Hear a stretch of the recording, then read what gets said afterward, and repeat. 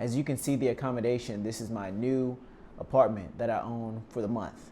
Now, I don't have a lease for this place. I actually found it on Facebook. And if you search very hard, you can find some really good deals on Facebook Marketplace or on Facebook groups here in Bangkok, Thailand. But not just specifically Bangkok, Thailand. You can find deals like this everywhere. Me personally, I paid 5,000 baht for this month with a 1,000 baht deposit, so 6,000 baht. Converted into USD, 5,000 baht is about $160. 6,000 baht is about $190, give or take, roughly around there. So this place is very enormous as far as what my previous accommodations look like, and it's very nice for what I'm paying. Now, this is really a fraction of the cost of what average rent in America is. $2,000 a month on average, which is ridiculous. And it doesn't even come fully furnished. Now, I'm not here to sell anyone a dream, but I'm just here to showcase the reality of what life could be like and what life can be like. I'm in a very local area in Thailand. I don't know what this area is called. I'll put it up on the screen, as you can see in the video. And it's a very nice area. I just got done talking to a Thai woman, and she told me on WhatsApp, that's too local. But if you're looking for really good deals, a lot of your best deals are going to come in these old buildings where it's extremely local. Now, I don't mind for it to be extremely local because I'm not a tourist that has to be around the big and bustling city.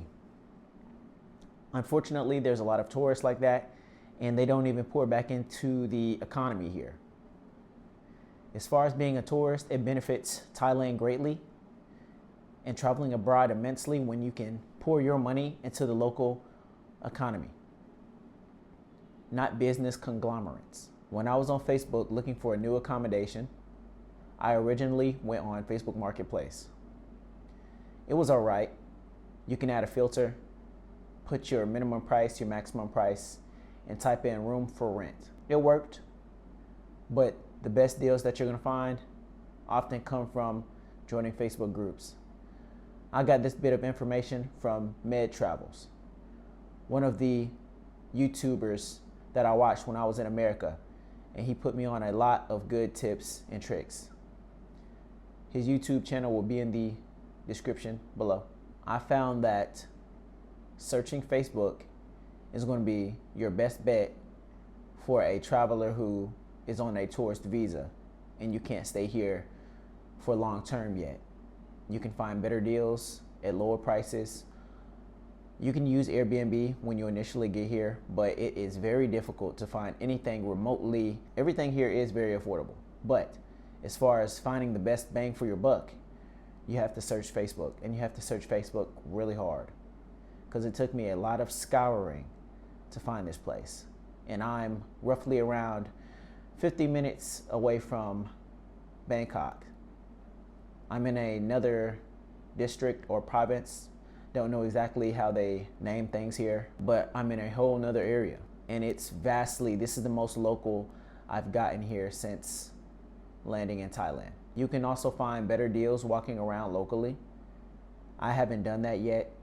All of my experience has been dealt through Airbnb and or Facebook.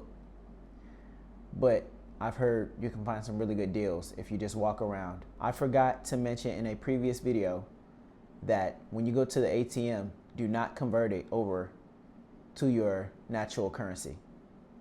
Natural meaning the country that you came from.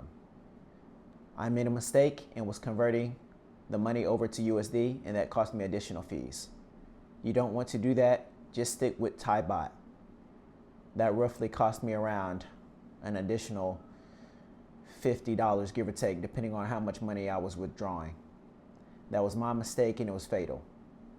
When you're traveling abroad and you're making money, but you're on a very strict budget because you also want to save and invest, I am definitely more so into the FIRE movement. You have to be deliberate and strategic. You can't afford to waste money. You can't afford to lose $50 or $20.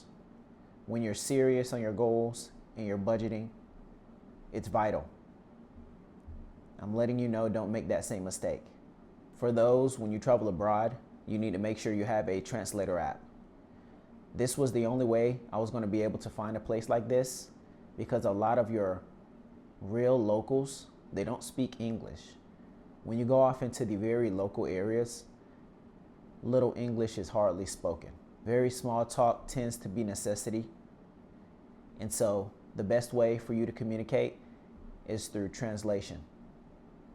Google Translate is really good, and the Translate app on your iPhone that naturally comes with it is also pretty amazing. Prices in local areas that you tend to live in will be more affordable. Food is more affordable. There's more local shops. I wouldn't say everything is slashed in half, but there is definitely a percentage that is decreased.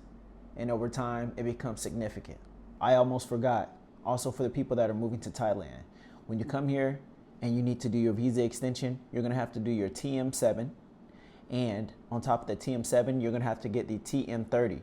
Now, wherever you decide to place yourself as far as accommodations is concerned for a month, the TM30 will come from the landlord or the property owner, and that'll basically be proof of residency wherever you stayed at for the month or wherever your time being, however long you want to be here. So once you fill that out and you go to them and they fill out that bit of information, they put it in the system, and you'll go to where you do your visa extension for the next 30 days. And here's also a tip. I didn't know that you can do this ahead of time. If you already know you're going to be here for 90 days in total, you can come here and within that first month do your visa extension. You do not have to wait until the last minute. Unfortunately, I did that, so it was very cram-packed in there. Everybody was like a can of sardines. But if you want to knock that out, I truly advise for you to do so. Get your TM7 done, look up how to do it properly, and even if you don't want to look up how to do it properly, when you get there, you can do it on the spot, and they have examples. It's very easy. And even if you feel as if you messed up, there are people at an additional table that will help correct you on your errors. So this is pretty much dummy proof. You're gonna fill out all that bits of information. When you do your extension, you'll pay roughly, I believe, 1,900 baht for your extension. And pretty much that's it. And I also advise for you to go early, extremely early, as early as possible. Be one of the first people there so you can get out in 2 hours. Me, I was there for roughly 4 hours, give or take. So yes, that's some tips and tricks additionally to the video for those looking to do their extension and stay here for a total of the 90 days for the visa exemption, as far as being American is concerned, because I know we have that privilege. So yes, if you're a person that wants to travel abroad and do it all out of your backpack, I have a video right here for you.